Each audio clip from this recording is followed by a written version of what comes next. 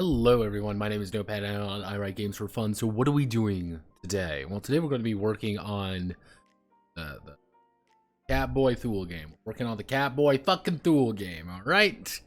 That's just something we gotta live with. Well, the full name is Ancap Cattrap's Magical Capitalist Adventures on the Lost Island of Thule. That's the full name, and if we cannot forget the fact that that is the full name of this game. And that's just something we all have to live with, I think. That's just something we all have to live with and remember. I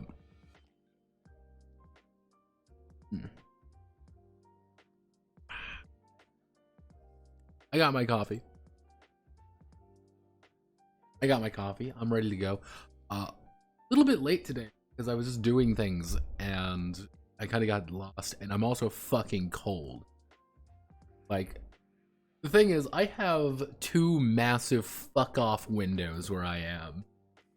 They are lovely windows. However, it's fucking cold in here.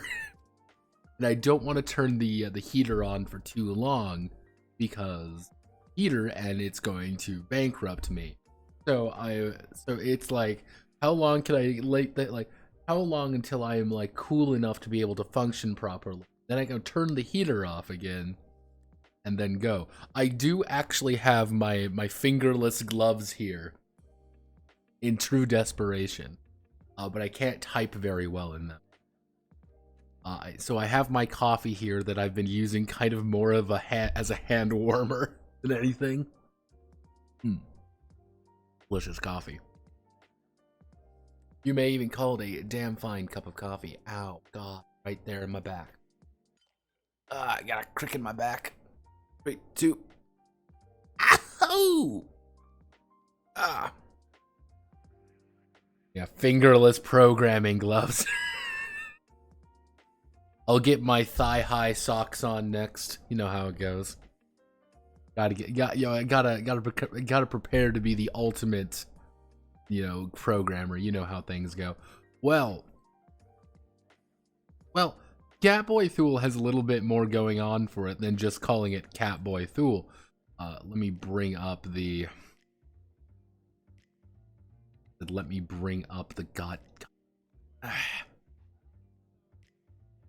closed it because I'm a silly boy. Yes, hello. This is the full commission document. This is everything that the commissioner, who is here with us right now, wanted. And let's just take a quick gander through it, just so we know, just so we're all on the same page, Ancap Catboys building a city to keep the libtards out.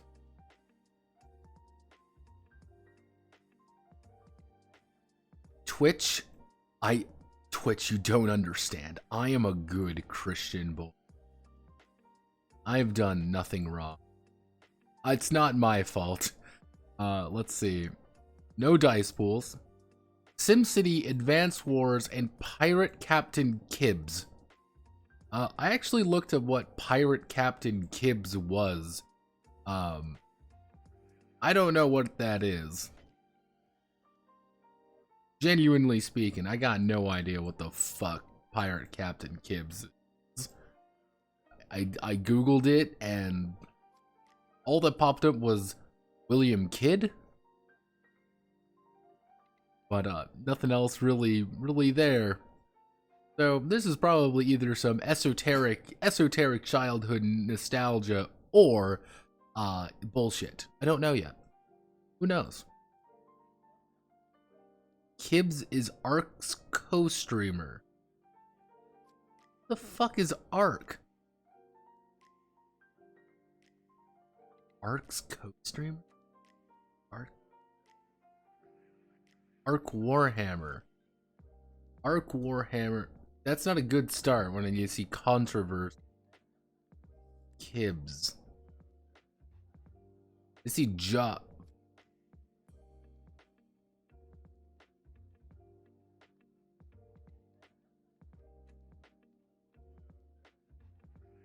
Yeah, games working.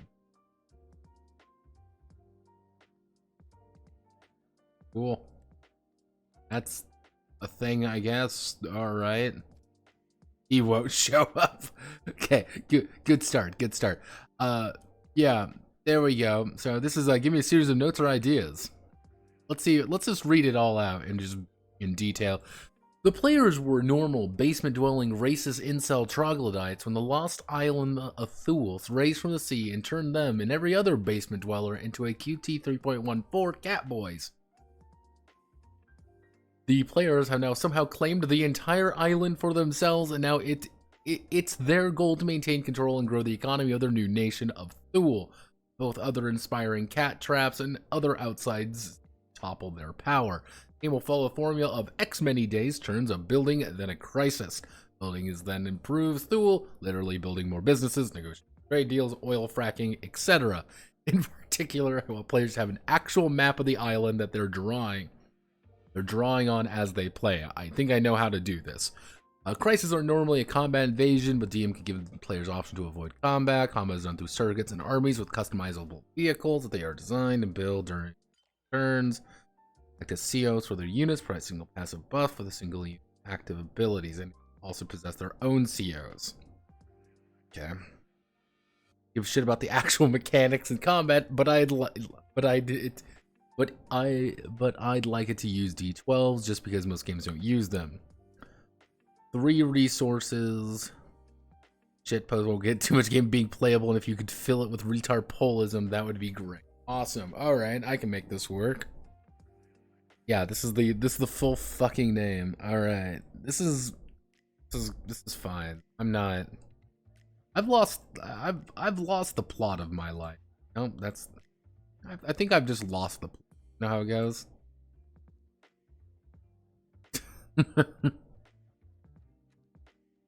Imagine fracking on Thule. Yeah, pretty much. So, basic idea, our basic concept here is we're going to have the advanced, the Advance Wars-esque combat scenario, combat crises. This is kind of the basic idea. This is the main gameplay loop, you could say.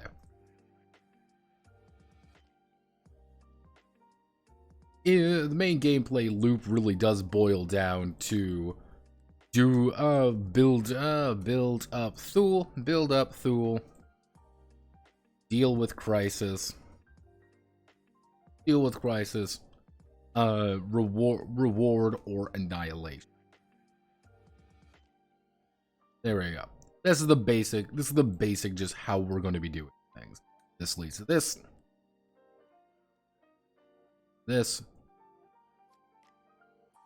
and this. This is just how this game is going to be playing out. Ultimately speaking, we really only need to worry about this section of the game, as that's just what's going to be present. But that's what you're going to be dealing with 90% of the time. So we're going to have the Advanced Wars as combat crises. We're going to have building Thule, which is always just going to be a word I'm going to have to say in this entire thing. I'm going to get flagged so many fucking times. You have holy shit. Oh my god, I am going to get murked. Twitch, you don't understand, please. I'm trying to be a good boy here. Yeah, so these are our 2 main things. I guess we could have like the CO scale, I guess that's kind of the best way to think about it. Because in Advance Wars, oh Jesus, I just flung myself into fucking outer space. Let's just open up Advance, because we know Advance Wars. We all like Advance Wars. Look, everybody, it's here. We don't get the new one because of Ukraine. Yeah, that's why we didn't get the new one, is because Ukraine. But let's see. Orange Star, Blue Moon, been fighting each other for years. You say Orange Star commanding officer named Andy is accused of attacking army both 2 other nations.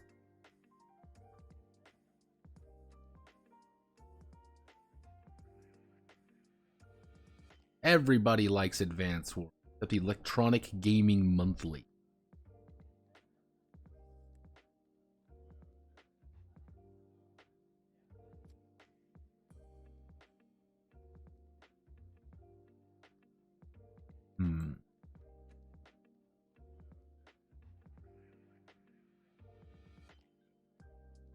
So if we really want to get, I see. The thing is, if we really want to get esoteric, we can go back to more Days of Ruin-esque, when things were really, and things just went. That would be one way. Because like the big thing in Advance Wars, is everyone is like most of the characters are COs right here. A CO is pretty much your commanding officer. It's your ability to do things. They always have an effect and they always be able to do things. So, and Andy here, for example, is our main character. And if we go over here, where CO abilities, he can restore HPs and do hyper upgrade units. He's just good. His basic ability is to help people. He's support guy.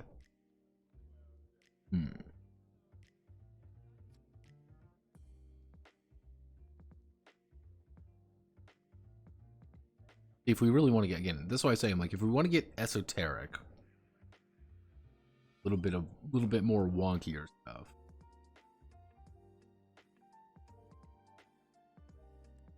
Yeah, we go to fucking Days of Ruin.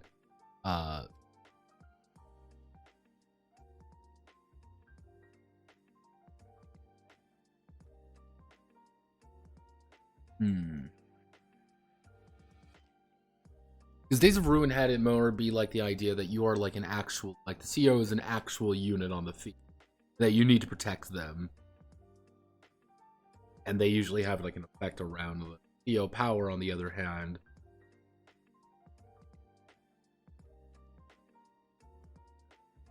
Is allowing them to.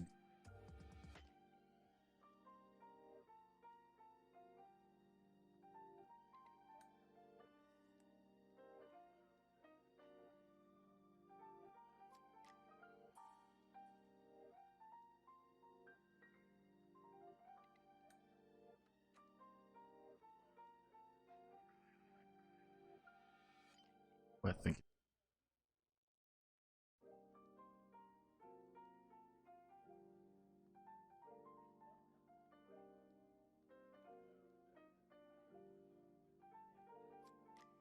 Oh god. Let's see. Silly. The Orange Army CEOs, yeah, imagine delaying your game because of war. Fucking Soccer 2 came out. It did not. It's currently in super hiatus, yeah. What are we doing today? And how do you think this is my simple system, or at least core idea of it? I think the idea works at a fundamental, like, at its core, it's fine if you're doing for just, like, form roleplay stuff. Anything more advanced than that, it gets a little bit wonky, but...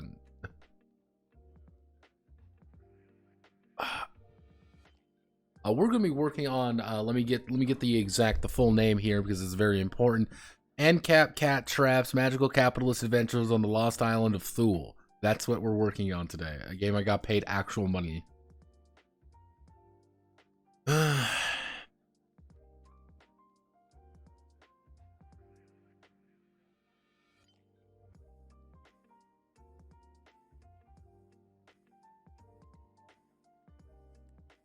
think the best way to think about this is going to be a macro scale.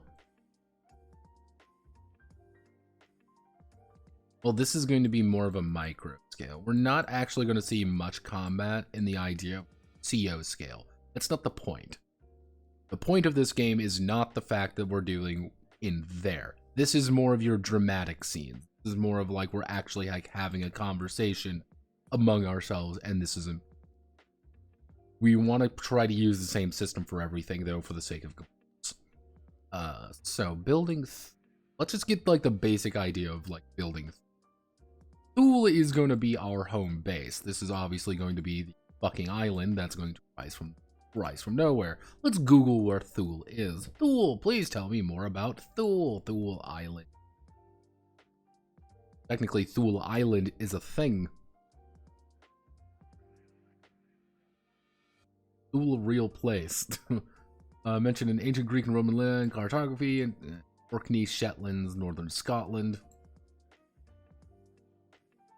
So if we're looking at like the Thule Island, I mean, if we have two extremes. We can either set it more like Atlantis-esque, because Thule does exist. You gotta remember that Thule does exist, right here. Like that's the island of Thule, everybody. I guess what would be like Greek? Where would we be seeing? We see some ancient Greek cartography.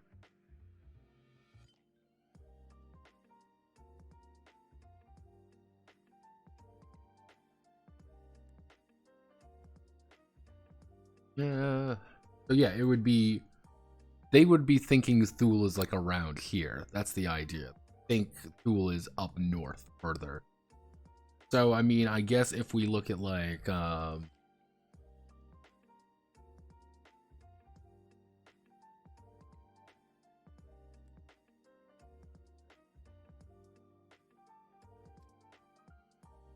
Catboy Thule. It's confirming where the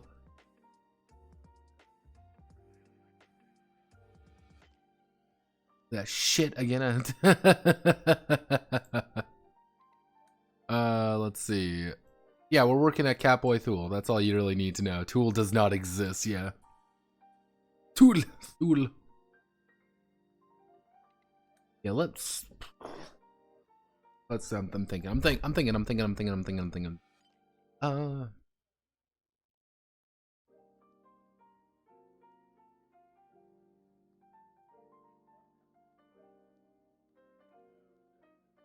So if we use this, we use the actual like map of the world. Here's Earth. We use here as Earth, and we say that Mythic Thule, you could say, is supposed to be like right here. Let's just take a think here. We can say that Thule's going to be in like, let's just say it's going to be in like one of three places. Okay. Let's just determine where the fuck it is. For understanding more aggression, I think the wool's going to be around like right fucking here. We're going to effectively be part of the U. If we want to be like a little bit more conservative, we can say it's like right here. Like, yeah, congratulations, here's Thule. Or more accurately, here's Thule. This is Thule number 1. Option 2 is Thule. Effectively, Atlantis. 2. Now, I say this is fairly important for one very distinct reason. Is it going to be fucking cold or is it going to be temperate? I'm leaning toward this. A little bit more in international waters, things get a little bit more complicated. If you really want to be fucking silly about, you want to be silly billies about things, you can go to like the Pacific Ocean, I guess.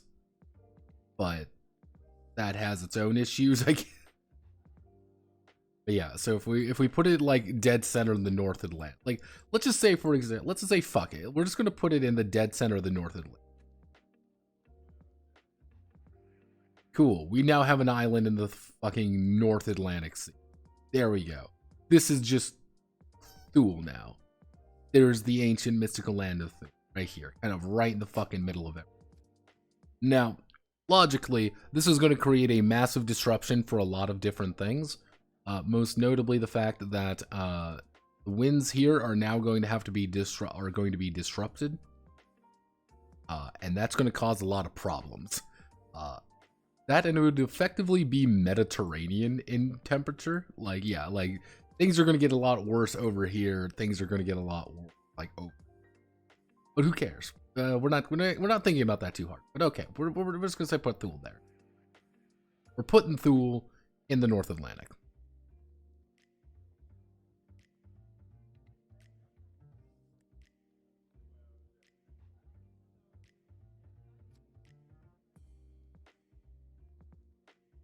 We got some important questions, Ironside.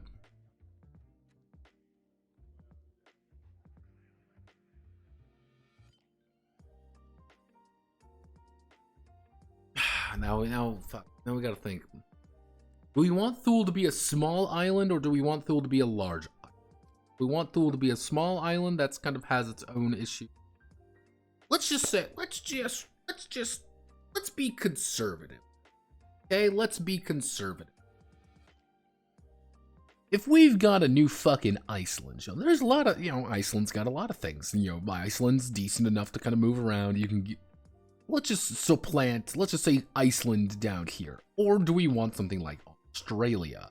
Australia in the middle of the North Atlantic, a little bit more problematic than, say, Iceland in the... Unless we're looking at something...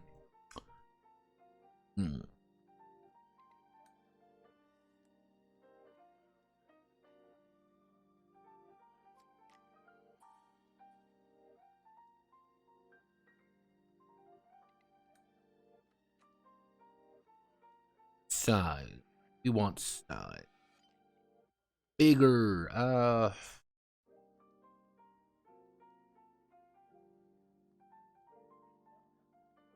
Greenland, not Greenland. Borneo. New Guinea. So here's New Guinea. How many people live? How many people live on Papua New Guinea? Papua New Guinea. How many people live on? 9 million people live in Papua New Guinea. You know what? That's fine. That's perfectly fine. You know what? Yeah, let's just throw in like the island of New Guinea. Effectively, we're dealing with a pretty decent. Okay, middle of the Northland, in the middle of the North Atlantic, around the size.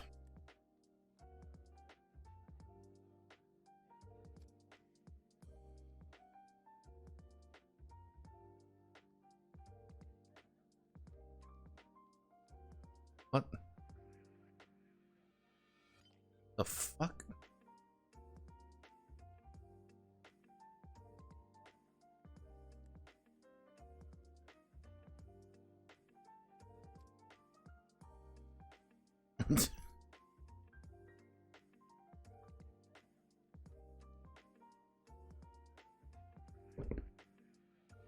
Probably. Let's look. Let's look, everybody. Spirit sign. Spirit sign.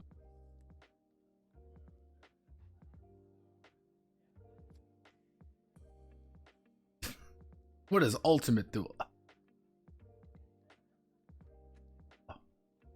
Ultimate Thule is dead. So yeah, let's well, I think it's like it's a question that we have to ask ourselves. Like, do we want a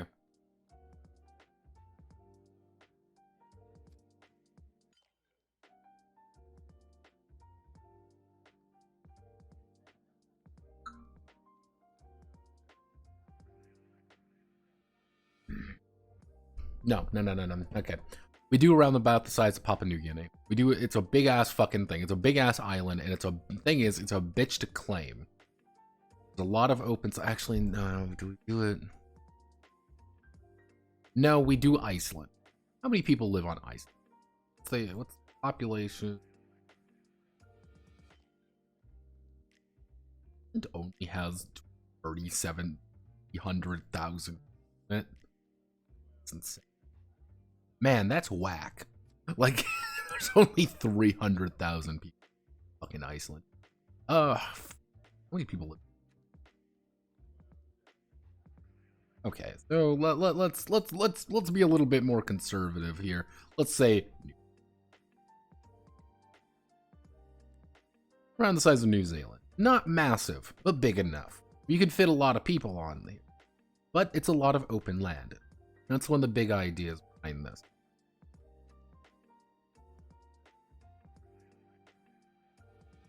Yeah.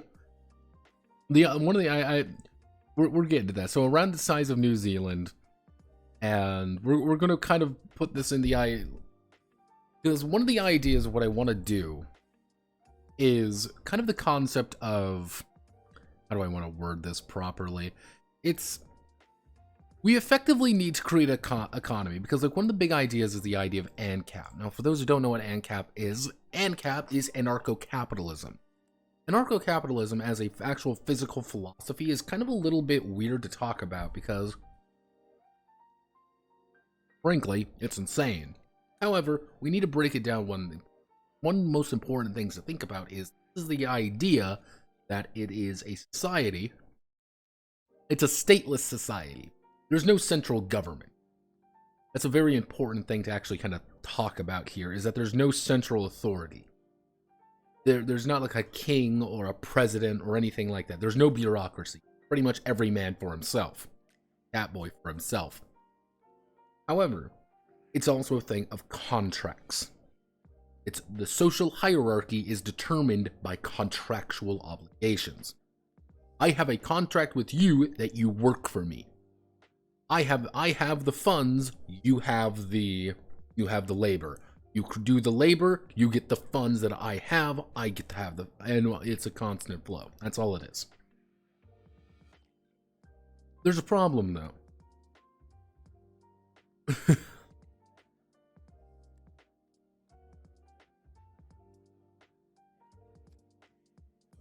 I'm just looking at the size more than anything.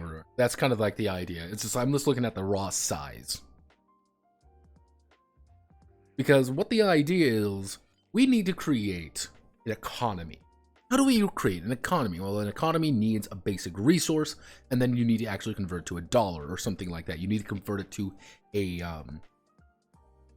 fiat currency. That's one of the big things what we're working with here, is the idea of a fiat currency. We can't use the United States dollar for that. The US would never actually obligate. This is insane. So there's also one thing that we have that we need to put on Thule to be so much more valuable than anything else, to outside to attract the Catboy population, but to also make sure the Catboy population survives. I'm saying catnip. Am I implying that we're going to need to make a fucking game about the Narco dollar? Yes. We are making a game based off a Narco dollar. Yes. So, one of the ideas of this Ancap society is we're going to be basing it around the concept of, I don't quite know how to, like, it's going to sound kind of silly, but it's going to be the plantation. This idea of the plantation is going to be more along the lines of southern kind of the southern gentry, the good old boys. Not like that, though. Not like that. Don't you think about that. But just give me a moment here. The idea of these plantations are the idea that these plantations are growing catnip. Catnip is pretty much good, is pretty much narco, is pretty much drugs. Drugs equal good. Catboys want drugs. However, good catboys want drugs. This is fine. This is what we want. This is good. Because one of the big things is we need to create, effectively, the Thulean dollar. The Thulean dollar is not going to be backed by anything else.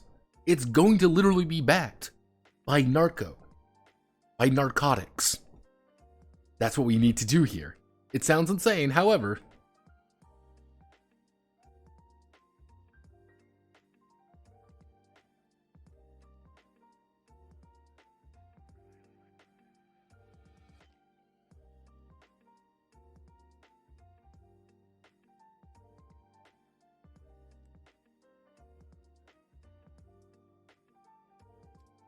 Not slaves. No slaves. Yes, this is literally the fucking me of protecting marijuana plantation with AR-15s. You joke. However, the Thulean dollar is going to have to effectively be backed by catnip. It's literally going to be a narco. However, how do you supplant that? How do you make it valuable enough? What I'm probably going to get along the idea here is that in the deep lore moment here, it's pretty much Catboys are pretty fucking useless. Oh no, our Catboys are bad. They suck. They are cats, unfortunately. However, but Catboys hyped up on catnip are supercharged. They're better. They're stronger. They are just, generally speaking, a better person.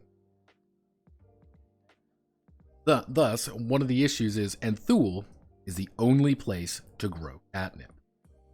Therefore, we have a very unique situation. The narco dollar, our narco dollar, the Thulean dollar. The Thulean dollar is entirely backed by Thulean catnip. And because it's backed by Thulean catnip, we'll probably do it, if we say one Thulean dollar equals, like, not even a bag of fucking catnip, not at that rate. A pinch.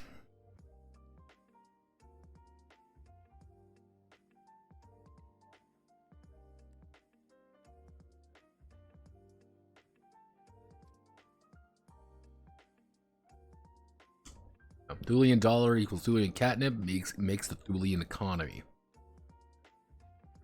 Now, this is the big thing, is that the Thulean dollar, actually we can probably call them T dollars.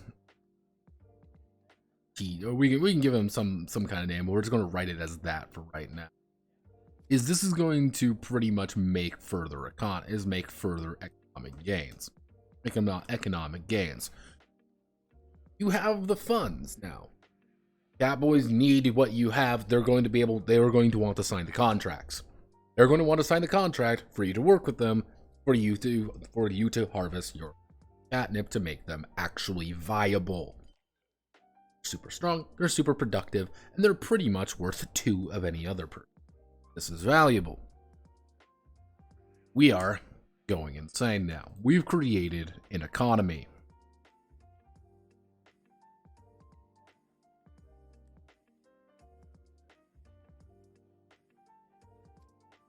$1 an ounce sounds about right.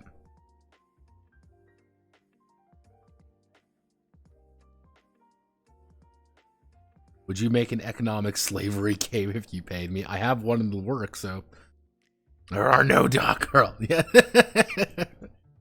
So, Thule catnip, Thule economy. Okay. So we've got the basic concept of the idea of the plantation, which is, again, I don't really know what else to call it outside of a fucking plantation. That's the best way to think of it. And this is kings of their own domain. We're literally invoking domain policy. Now, if we want to be a little bit more detailed, we're effectively going to be doing extreme castle doctrine. Enter my land without my consent, I'm going to fucking shoot you with my personal coterie here. Because it's a contract going multiple ways. These people need catnip. They're going to pretty much come to me. Hello, phone. Give me 1 second. I have to run out and grab something.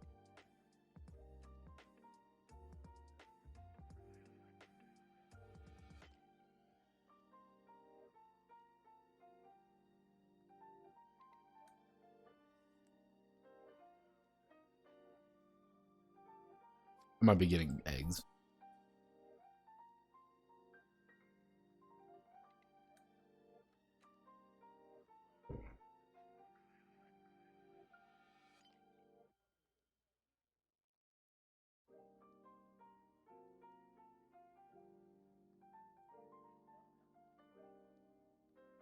Hey, NAP, baby. That's what it's a contract, though. It's a contract. It's the NAP.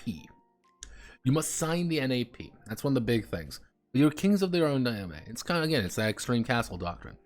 Now, the basic concept, the basic idea of what you're going to be playing is you're going to be playing these plantation. Actually, what would be the term for plantation owner?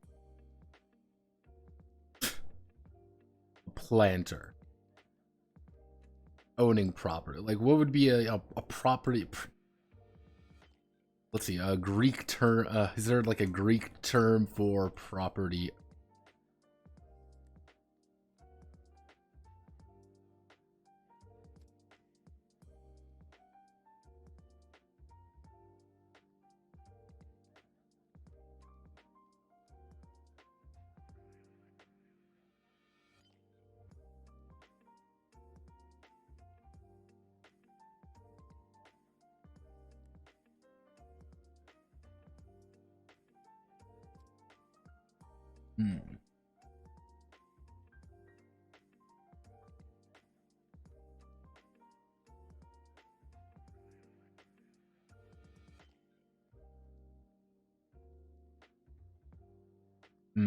There's probably a term for this, but I can't think of one. But we'll just... I guess we're going to have to use the real term right now, which is the idea of the planter. You're pretty much a planter group. I.e., you're a bunch of catboys who pretty much pooled funds to purchase the land, to actually claim the initial land and start up their own catnip, Thulean catnip. There's gonna have to be a better term for this. Their own Thulean catnip plantation, Thulean catnip plantation. You have power now. You are a barons. There we go. That's a good term. We like the term baron. Baron's a fun one. We'll use the term baronies. You've pretty much started a barony. You've pooled your money together. But invested into this patch of land. This is your land now. And what this is going to be looking like, kind of putting this more into kind of like the, we want to build it up. You're pretty much just going to get a little square, and it's going to be like, okay, here's your first initial plantation, and like your first initial catnip. This is like, okay, my first initial little catnip farm, and it's like, okay, we're building up a little more SimCity. Like, we want to expand things like housing. We want people to live here, obviously. We want people to work in businesses. We want to expand the catnip farm out quite a bit. It's kind of the idea of you're constantly needing to feed things. People need to obviously get the catnip to continue functioning. This is your main money maker right here.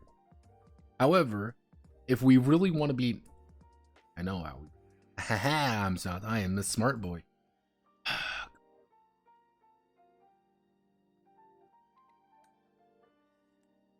Yeah, Cartel Tycoon, that was it. Game that didn't do too well, actually. But I remember seeing they had only on Epic. No, it was on there. Like, one of the big things in Cartel Sim that there was the idea of clean money. There was this dichotomy of clean money and dirty money, which for those who don't know, and more are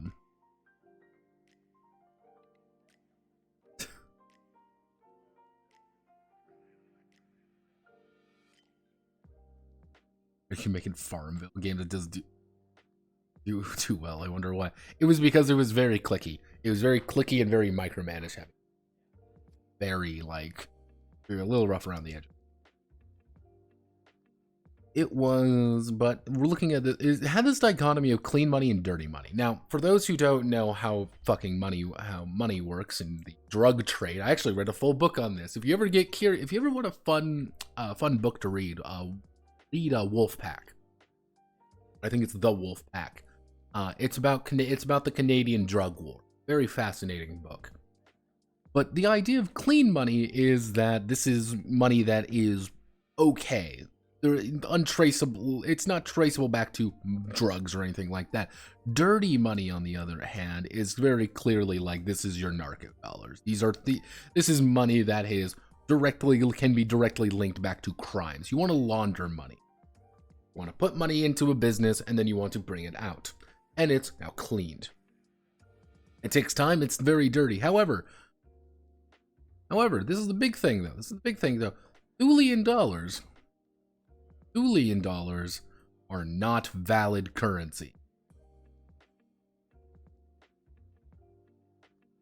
And Thulean dollars are only valid on Thule. That's the problem. On thrift shop. It's if you really want to, if you want to be 100% on how to make a good launder business, laundromats, one. That's actually a very good one, laundromats, because everything is cash based. If you want to be a little bit more conservative, you can go with nail salons. That says a little bit, yeah, but if you ever see a weird large amount of nail salons in a location, most likely at least one of them is a front. Most likely.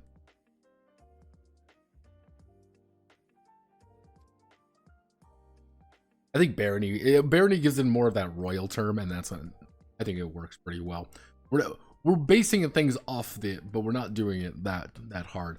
However, the idea is what we need to do is we need to convert our Thulean dollars, our T dollars, into international, good dollars, i.e. the USD, the United States dollar, baby. That's what we need to convert it in. Better as a board game. Yes. A lot of the stuff that was actually like handed to me is very board game-esque, and that's going to be kind of a thing we kind of have to work with. And This is like 1/3 of the game, mind you. Like, this is just something I need to get down just so we have it. It's a very structured game. Very structured.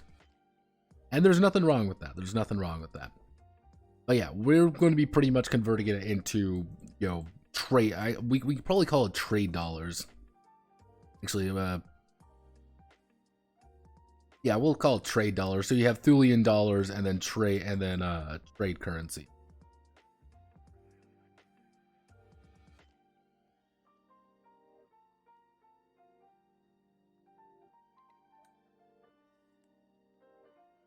So as a baron, you control the plantation. You control the plantation. You want to harvest catnip. Let's see. You want to harvest catnip to get more more Thulean. You get Thulean dollars, and then you want to process Thulean dollars into real money. Into real money to continue to expand operations. Oh.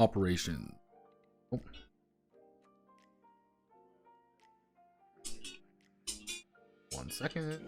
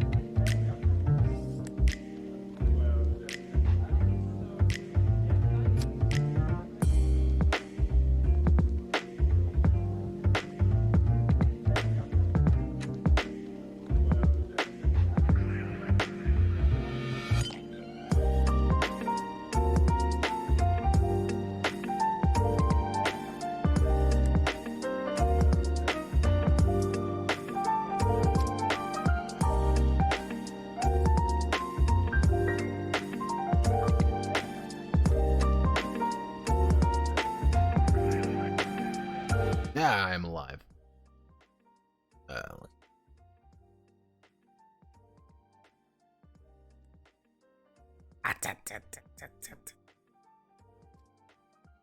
Ooh, right there. Okay. Not showing.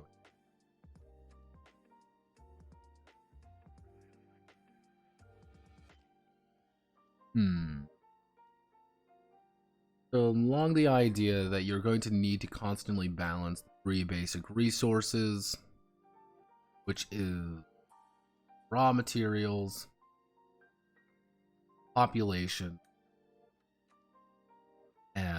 Actually, and it said cash, but we could probably split that up into Thule and cash and that. So it's kind of like the idea, again, it's a cycle. You're constantly wanting to expand out your operations just as much as you're trying to do that. However, one of the big ideas is that obviously there's a few problems. One of the major threats you're going to be facing is other barons. Obviously, other barons want your shit. There is an NAP in place. NAPs do exist. However, fuck the NAP. However, fuck the NAP. You're going to have to actually negotiate with them. This is where some of the role-playing aspects come in. If there's another baron, you're going to have to talk to them. You're going to need to negotiate with them. They're going to be doing the same shit you're doing, and you're going to want to build up their forces, building up what they want. So it's kind of that idea of like, well, I'm cool with you if you're cool with me, but if you do something stupid, I'm going to kill you. It's kind of that, like, okay, we're in more, that's where the idea, again, contracts. Contract base is important. This is the idea. Contractual obligations are going to be the thing that is going to kill you, or is going to be the thing that you definitely need. So, okay. So converting this all into Thulean dollar is the catnip. Thulean dollar, however, we're going to, it's the Thulean, we're going to be converting the Thulean, the T dollar into TC, which is trade currency. Obviously, you're going to need to do that through more legitimate businesses, just to make sure that you're producing value. So, kind of putting this on a more basic, kind of more of a basic understanding is that most buildings are going to be, let's do something along the ideas is that buildings,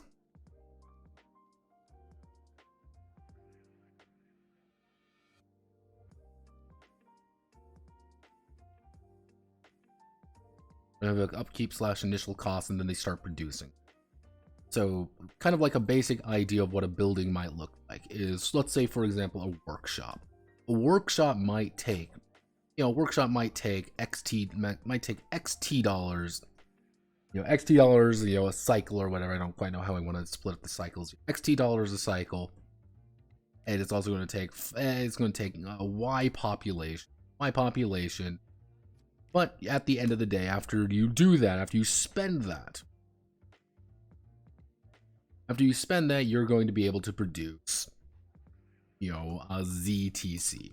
You're going to be able to produce something. If you get more workshops, you're going to be doing that. However, how do we get more this? Well, to get more T dollars, we're going to do things like, do catnip farms. Catnip farms are going to obviously cost T dollars to do because you don't need anything else. Valuable on Thule. Thule thing. You can work out kind of more of the details in that regard a little bit later. This is going to be the hump. I can tell you this right now. This is going to be the hump. I think I know how to do this. I think. Putting it all together is going to be the hard part.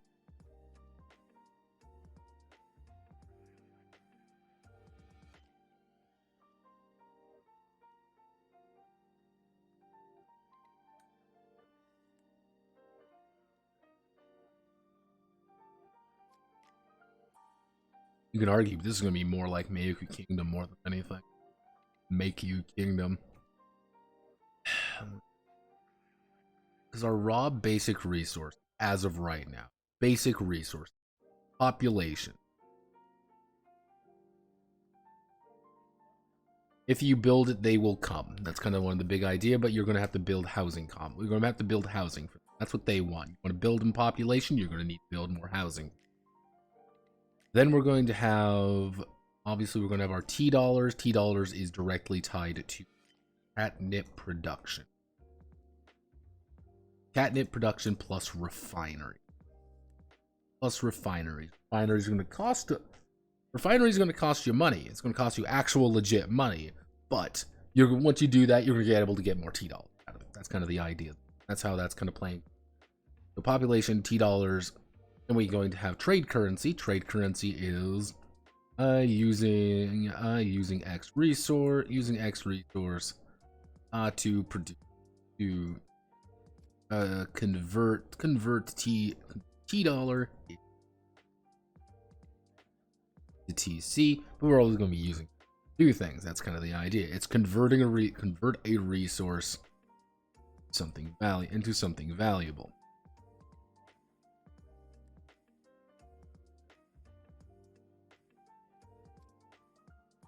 And then we could probably do something like building materials. Yeah, building materials. If we use the idea of building materials, it's this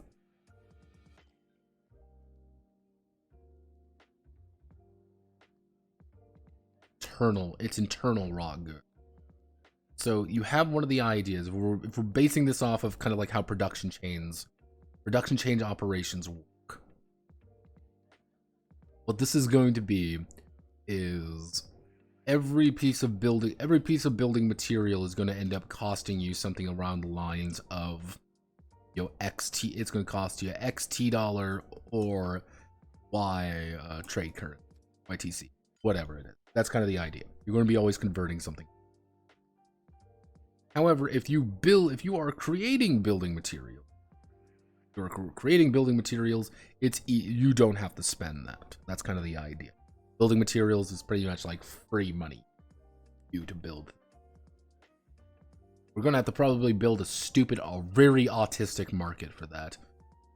Oh God, we're gonna.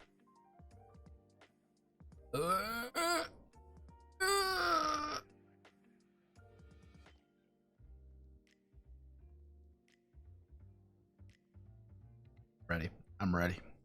I'm ready, King. We do original. Just original.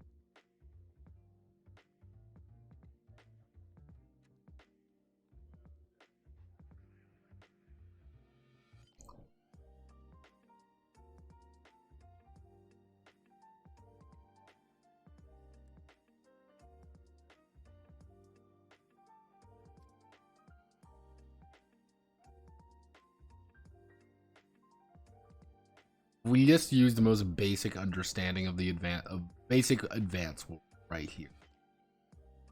That means we're going to have, for our basic units, we're going to have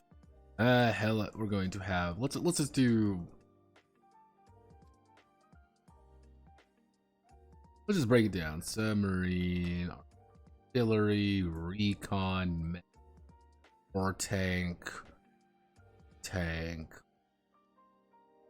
infantry, fighter, cruiser, ship, bomber, battle helicopter,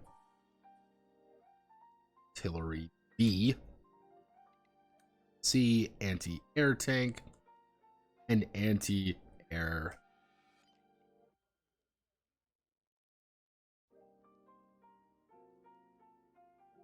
What do we have in Days of Ruin then? A lot more in Days of Ruin. Battleship, bikes, anti-tank.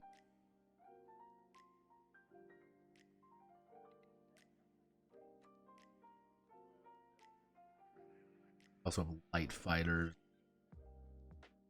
gunboats. We also have meat. Let's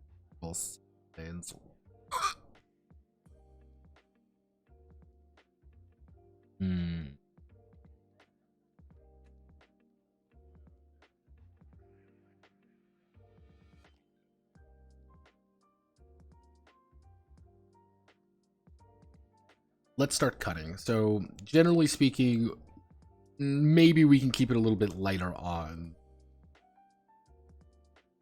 Let's just make it so we're not going to worry about air, like sea. We're just not going to worry about sea. Sea is not a problem. We can also probably break it down into, so let's do like our basic infantry. Our basic infantry, we're just going to have foot. We're just going to have foot and mech. Like generally speaking, we're going to have foot and we're going to have mech. Probably throw in commando. Pretty much, if we're going to do like all rounder,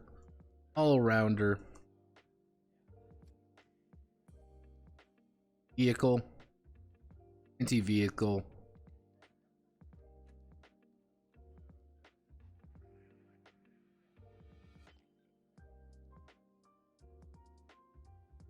expensive, good. Infantry is going to be our cheapest thing. Generally speaking, we don't need to worry.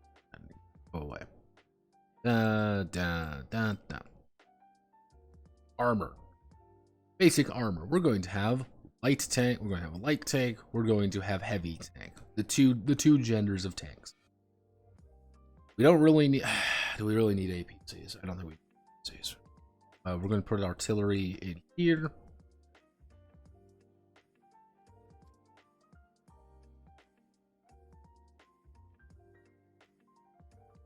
Recon, baby, recon.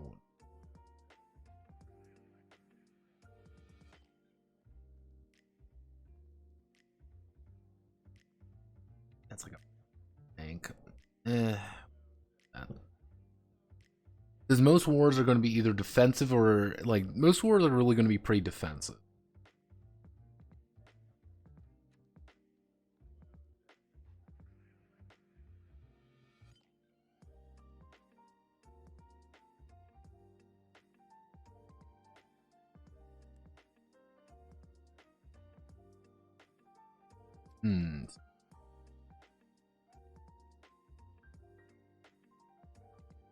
Ward anti-tank, artillery. We can also do how do I want to word this? How do I want to do anti-air and then anti-tank and then anti-armor. Let's do anti-tank. So this is kind of our basic idea for armor. We want to cut things down as much as physically possible. As for air, on the other hand,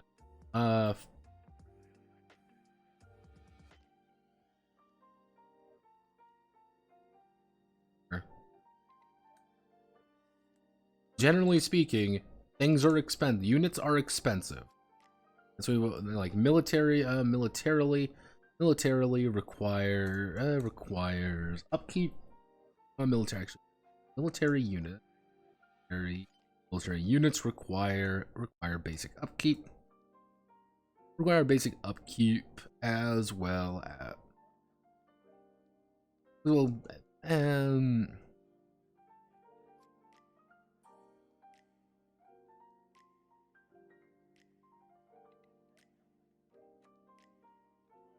but as long as you afford them, as long as you can afford them, buy it.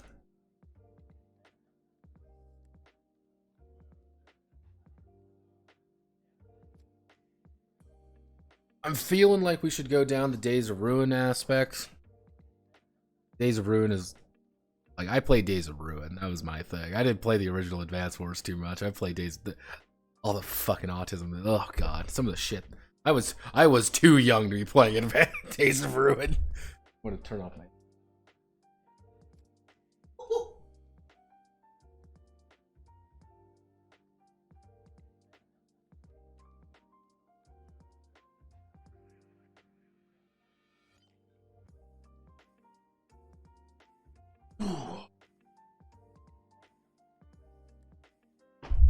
Okay.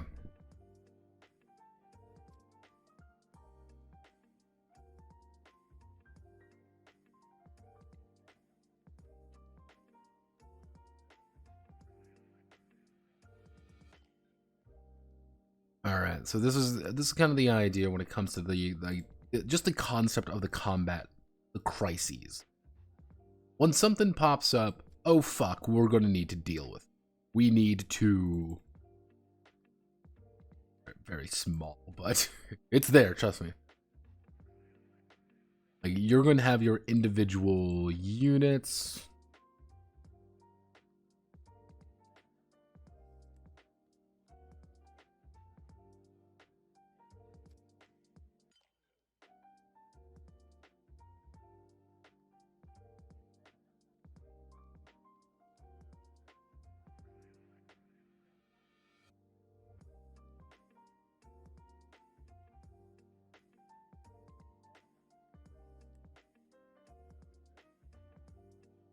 Not really going to worry about C, though. You may be wondering why not. We're going to worry about C because C is ass. Unless it is specifically requested, I don't really want to deal with it.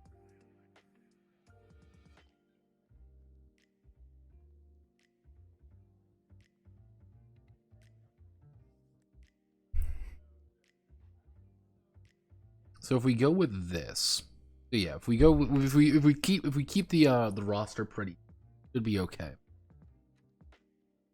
It's pretty much the idea of like you're going to be fighting on again just a grid map, nice and basic square grid map. COs on the other hand, yeah.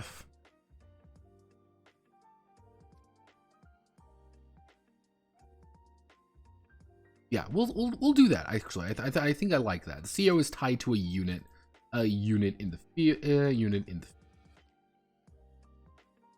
So for kind of give a basic idea, basic concept. Let's say for example we got our infantry guy over here. Our infantry man over here is our CO is attached to them. And because of that, they get a bunch of bonuses. Which we can actually tie to the CO scale. So if we tie to the CO, if we're basing it off the CO stuff, like maybe we can give them some like basic attributes, skill.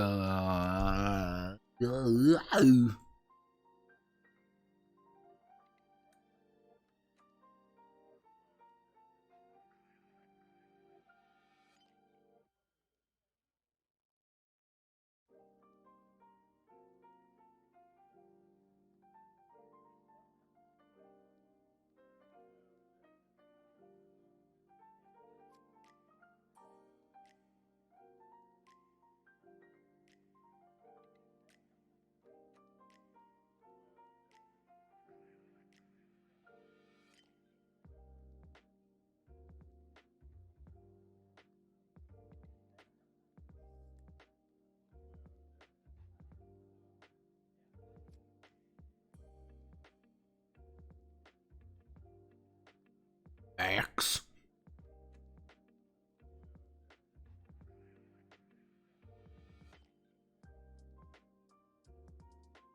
His non.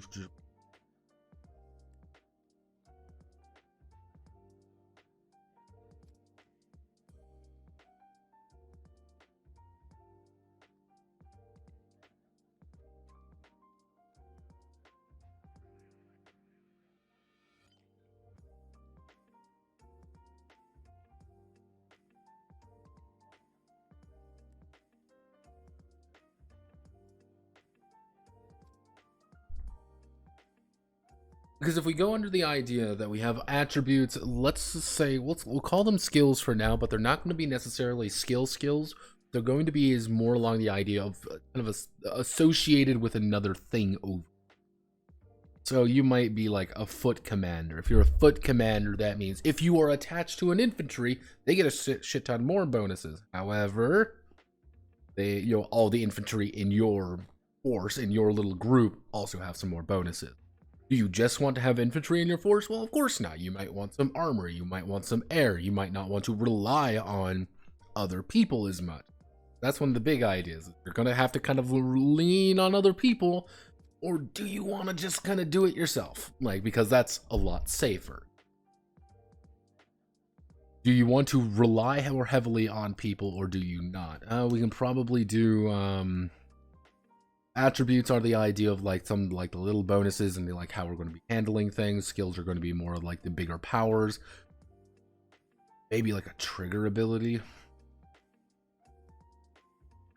That character's pretty simple to actually understand. Make everything though.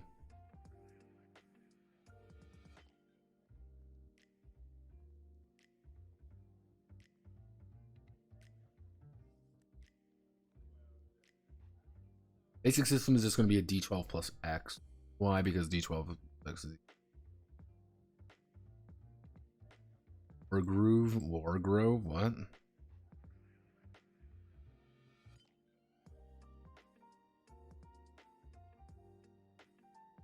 Oh, War Groove. This thing. No, I've never actually seen Wait, is this the game with the character with the big ass? No, that's not this one. That's not. The fuck is this one? I don't remember this one. Huh. I don't remember this one. Well, one of the things in like what happened in like Days of Ruin. This again, you gotta remember, Days of Ruin is what I kind of knew more than anything. Let's say this is like a unit, your commander can be tied to a unit, and that particular unit would get a shit ton of bonuses. That would just be better. So some commanders were just by default better to be attached to other units than others. But you you could attach it like a commander to like a very certain unit, and that one's gonna be super strong.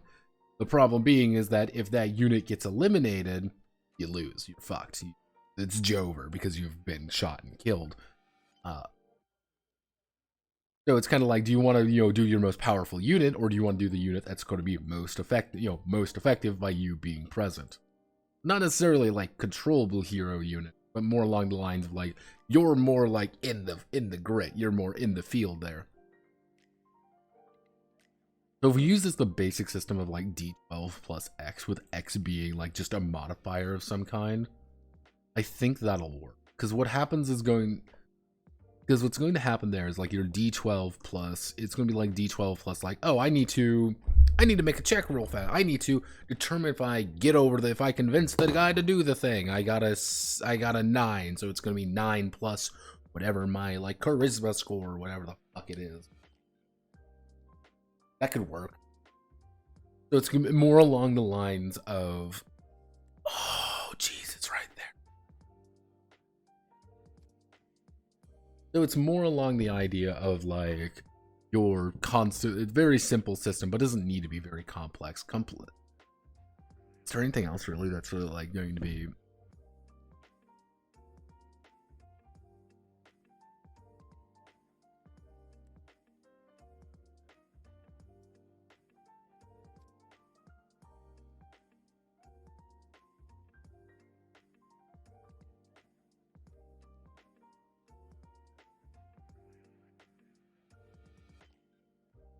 Drama is more from the live fast or die trying nature of the setting, and then we're going to also find with the fact that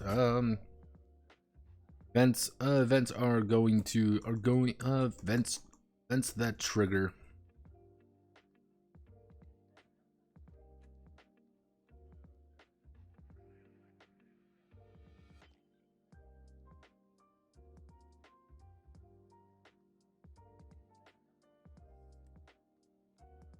because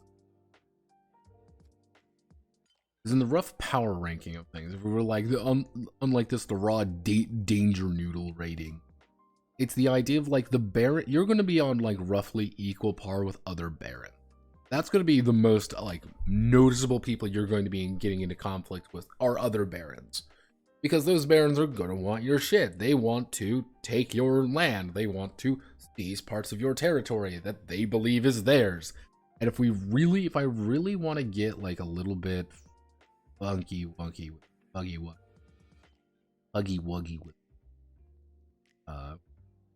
this, we give everybody like just a square, like here's your big ass square, this is everything that you have to kind of work with, but like, oh, this little, like this corner has been like taken over by one guy, another guy has taken over this entire section, you all have been kind of like locked in this little corner over here. You have some like gray zone territory that you can do. That's a bit more money. You're gonna have to kind of expand. But then it's like you're gonna come into conflict with it. Because these guys want it, these guys want this territory, this guy hates this fucking guy.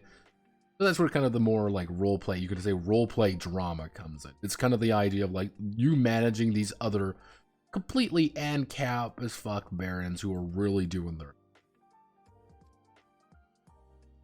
you can do, if we really want to be, you can do oh, United Nations, yes, blue helmets. Blue helmets are of course the most dangerous.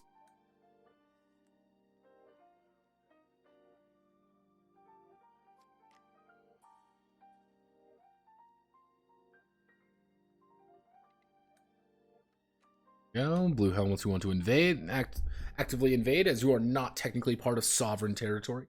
Yes, they are free. The blue helmets are coming to kill you. Drink the corn syrup. You will. Yeah, but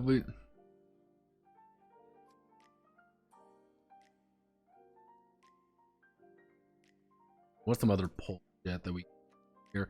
Let's see. The CIA, obviously. It's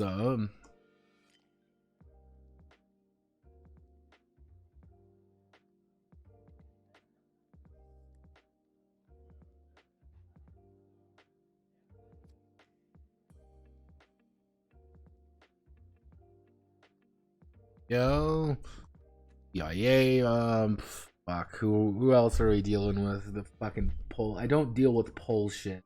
Most, we're going to be frank with you all here. Most people who consider themselves like true poll fans are people who deserve a fucking 45 to the back of the skull. Like, they're usually horrifying people. Dislike them immensely. Very annoying. That's why I've condemned most of them to schizo death. Polacks are the worst people imaginable. Money is. They are trying to take over the drug plantations. I don't fucking. This shit's kind of.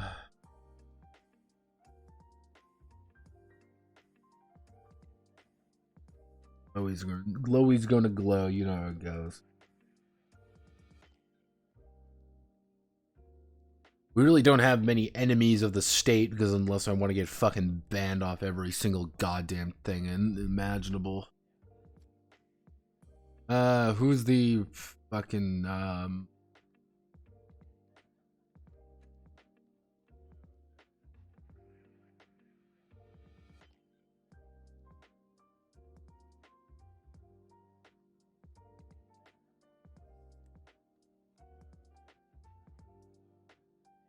Ooh.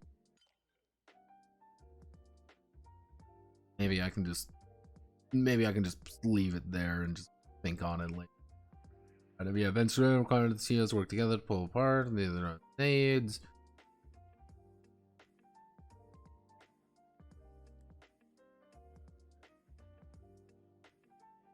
So generally speaking, this is where the roleplay aspect really comes in.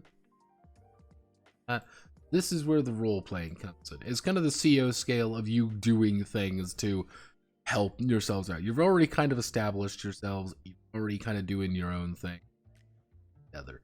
We can do alternate mode, like another, like, I guess mode would be the best way to kind of think about it.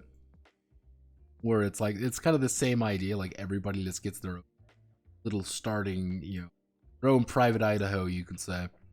But inside your own private Idaho, you have all of these belong to other players, and everybody's signed the NAP with each other. But it's also one of those moments of like, well, I want this territory, but I want this territory, but I want this, and I want this. There's going to be kind of more of that like drama in the idea of where we're nominally together, but we're also nominally totally not. Like, we also fucking despise one another.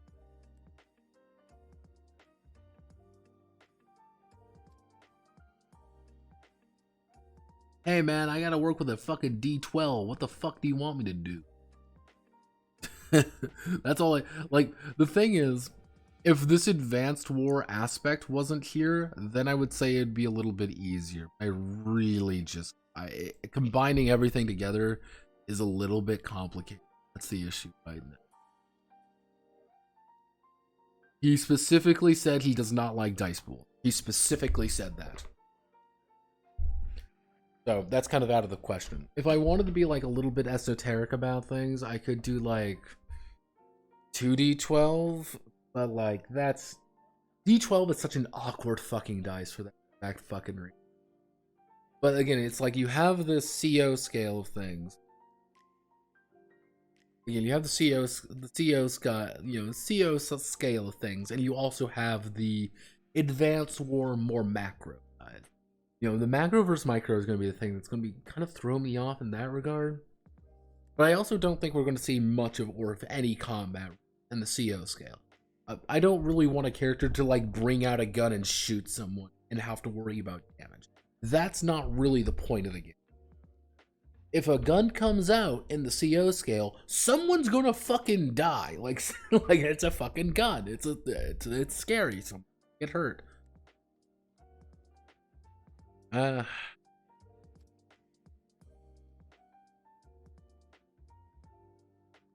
But yeah, no, like D12 plus modifiers really is the only thing I can think of at the top of my head, because just to combine just to make it as smooth as physically, because we're already kind of dealing with the fact of you're having to do this building thing, and then you're also going to be having to do with the advanced work, and then you're going to have that. That's why just keep it nice, basic, and simple. Does it have to be a D12? He said he likes D12. He said he did like. So I try to keep everything as much as the...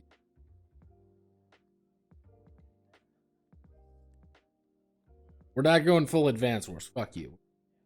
I don't hate you all.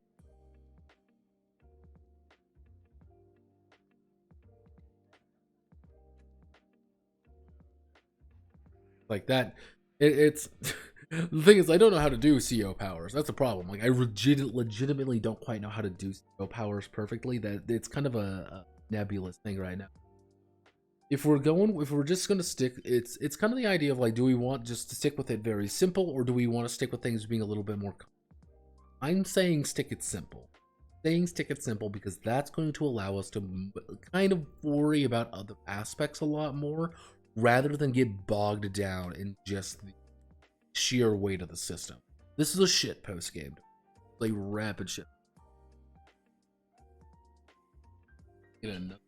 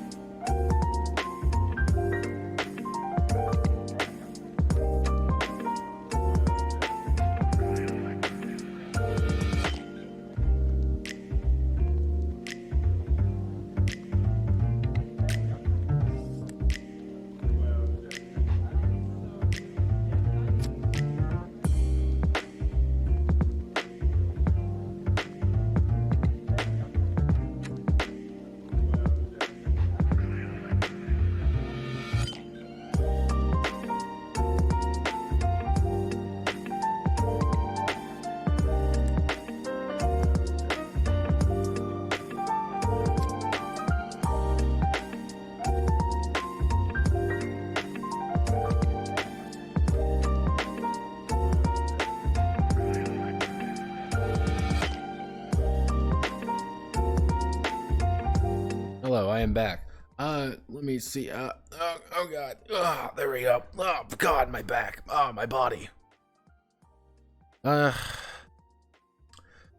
you could do. Oh, geez, didn't mean to click on that. Maybe you could do a 2d12. Select one so you can do every roll as a roll off versus opponent.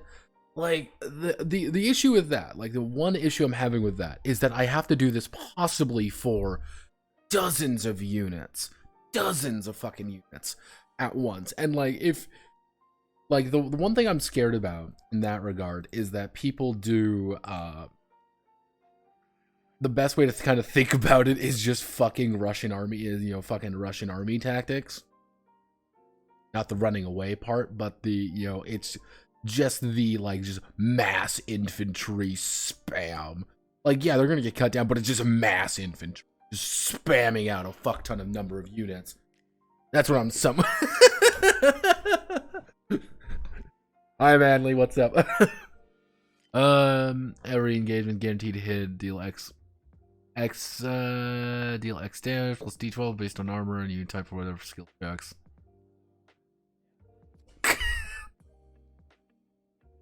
Like, I wonder what's the math? What's the math? I'm kind of using Advance War for a lot of things, but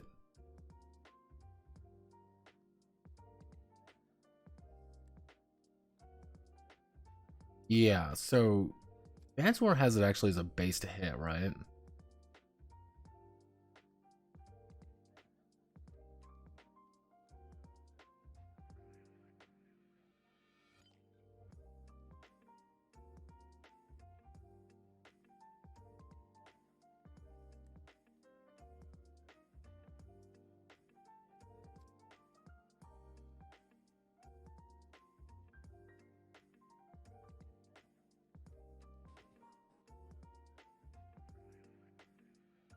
Yeah, I've been for fucking ever since I played Advance War.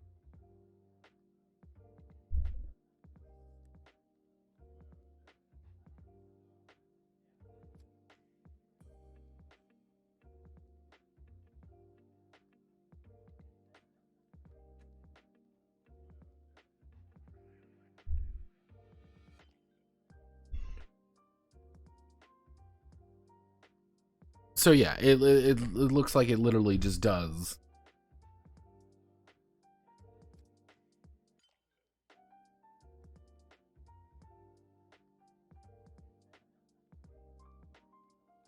So it looks like it just does like solid damage. Solid damage. Oh god.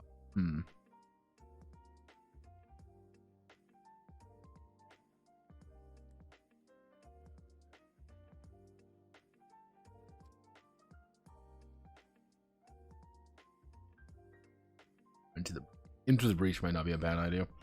If we go for like a solid damage formula, like again, I'm still worried about like mass infantry. If we were going for like a solid, like, is like unit X, if unit X hits unit Y deal, it will always deal. It's like whatever. Let's say every unit has like an attack rating, versus like a defense rating.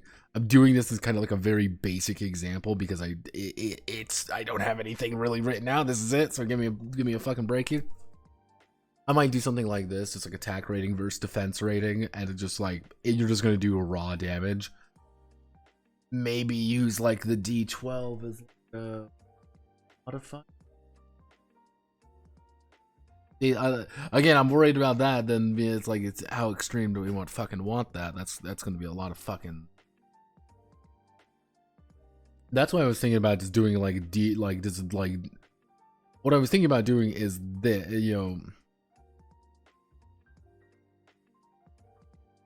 So you might have like a 3 attack rating versus a like 9 defense rating, versus a 9 defense rating, but you're gonna have that it's gonna be D12 plus attack. So you might do, it would be 4 to 15 versus 9 defense, where it's like, yeah, you have about a 50% chance of just doing 0 fucking damage, but you can still do damage. Like, that's what I was kind of thinking. Then when you go against like, oh well, I have like an armor, like a armor kit, like I have like a tank versus infantry. Like the infantry is going to have like a debuff or something. Like it's going to have a debuff to its defense, meaning you can do a shit ton of damage. You can just mulch it if you're good enough. That's kind of the idea.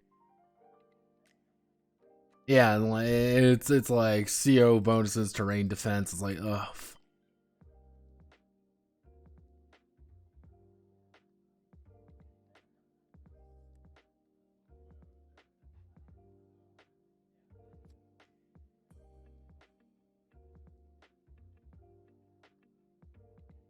Yeah, it's like I don't know if I like want to if I want to have a battle like legitimately like you're in this like you're in your little territory, like that could be its own fucking nightmare to worry about.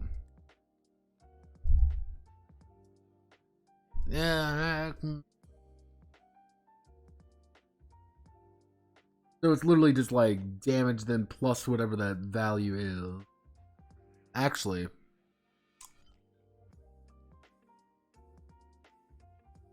yeah, that's the plan. Let's be fucking honest with ourselves. I could do a little bit more nuance with it. I have an idea. I have the idea of how to do it.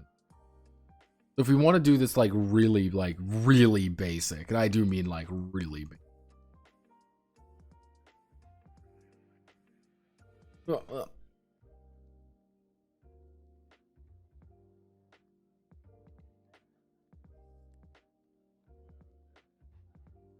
You fucking advance.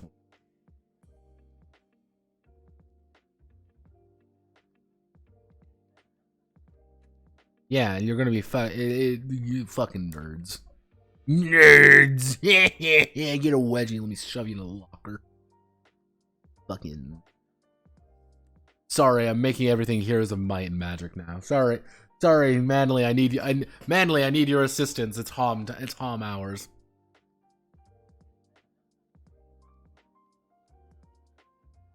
Yeah, it's one of those things. Like I could really make this super simple or super complex, and that's like that's where we're running into some issues here. That's why I'm like trying to like think of like a good solid way of doing it. I think I know how I want to do it though. If we do the idea of like guaranteed damage,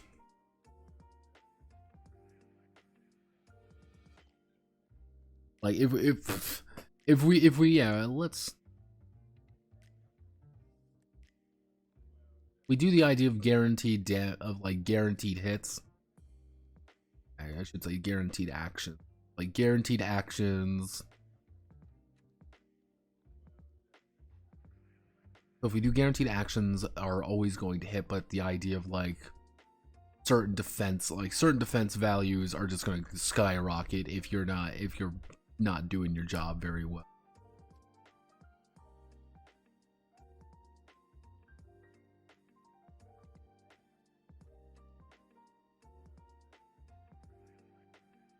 I have an idea of how I want to do this. I think I know how to do it.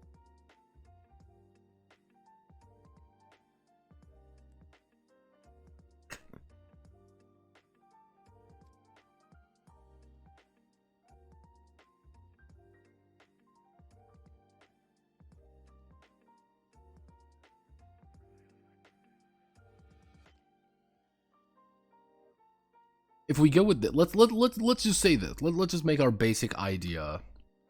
You're going like defense valley, like you're always going to have a like kind of like a unit level. We'll say like a unit type, and that unit type is always going to be affected by something else. Like that unit type is going to be in kind of like the combat triangle, you could say.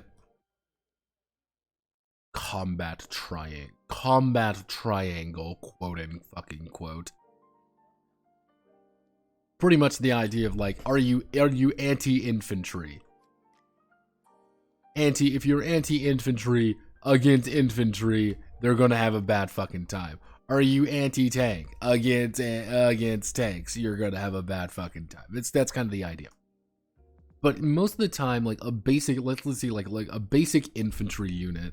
A basic infantry unit might have like attack, might have attack 2 and like defense 4. Just raw attacking each other is not actually going to do anything. That's not the point. But it's going to be that attack, 2+, it's going to be attack D12 versus defense 4. Defense 4 and like 8. Let's say, well, let's say they have like HP of like, I don't know, 25.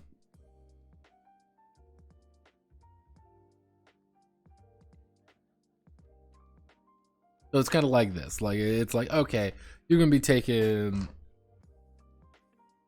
let's see, I rolled a 3 or 5. You're going to take effectively a damage. You're only going to take 1 damage. I rolled very poorly there. But let's say you have an ability that bumps your attack up to 4. And let's say you're in favorable terrain, so you get a +1. But let's say they're in shitty terrain, so their thing goes down to another 1.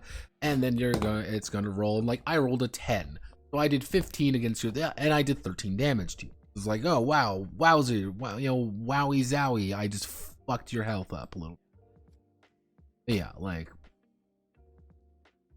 I can play around with this a little bit more, and I'm going to say this to you, Ironside. Give me something a little bit to work with here. I have a few ideas how to make this work, but it's kind of like you gotta. I have the ideas. You say obviously it's a shit post, but I want to make sure that you're enjoying it. I think that's very important.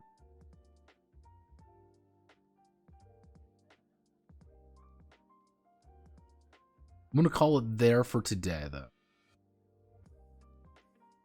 And I am going to sit back and think about some things as well, just to put everything else into perspective. And on Wednesday might be episode 2 of this, to be honest, if I'm really not feeling confident. Yeah, if I'm feeling not really confident, I might do an episode 2 of this. If I'm feeling confident, what I have will be starting more formally. It really depends. It really fucking depends. Yeah, no, it's like getting the money back from your insurance company. That takes priority over shitpost games. Getting your fucking money back. Yeah, yell at them constantly. Yeah, if they're not doing their paperwork right, the thing is, if they're not doing their paperwork right, that could be actually a bigger indication of a fraud. And make sure to tell them that, is that, hey, it sounds like you're committing fraud, and nobody wants the feds getting involved. Threaten the feds if need be, my friend. Threaten with the feds. But yeah, no, I'll debate on this. I have a few ideas of how to do it. It's mostly just sitting here and like, okay, what's going to work here? What's going to work? How does this... It's a mess.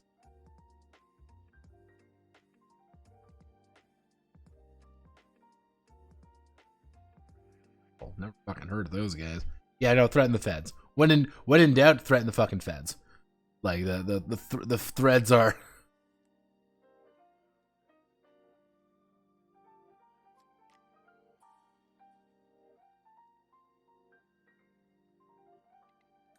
Yeah, like if people are getting shitty with you, like, don't hesitate. Get on their grill about it. Especially if you have the books and they don't, then it's making it sound like they fucked up or they're doing a nut.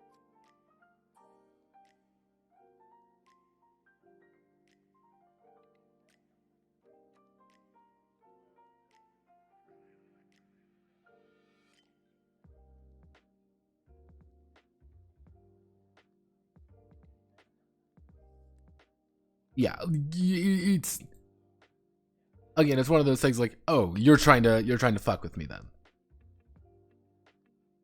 Like, yeah, it's the idea of like, now you're trying to fuck with me, and don't keep your notes, keep all your papers, do everything. Godspeed, good luck. That's all I can really say in that regard. Like, it's if you've got a paper trail and you can clearly indicate what's going on, then escalate always up. If it's an Allstate company, trust me, Allstate doesn't want any of their subsidiaries getting pit.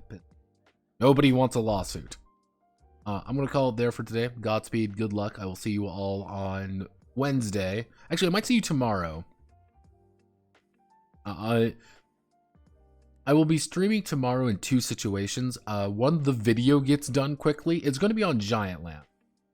I don't know if I really want to go in depth about Giant Lands, or I just want to just yell incoherently about it. There's really 50-50. I'll be streaming tomorrow if that goes well and I kind of get home early enough. I will be doing the initial bits of Muv Love. I have done a bit of Muv Love,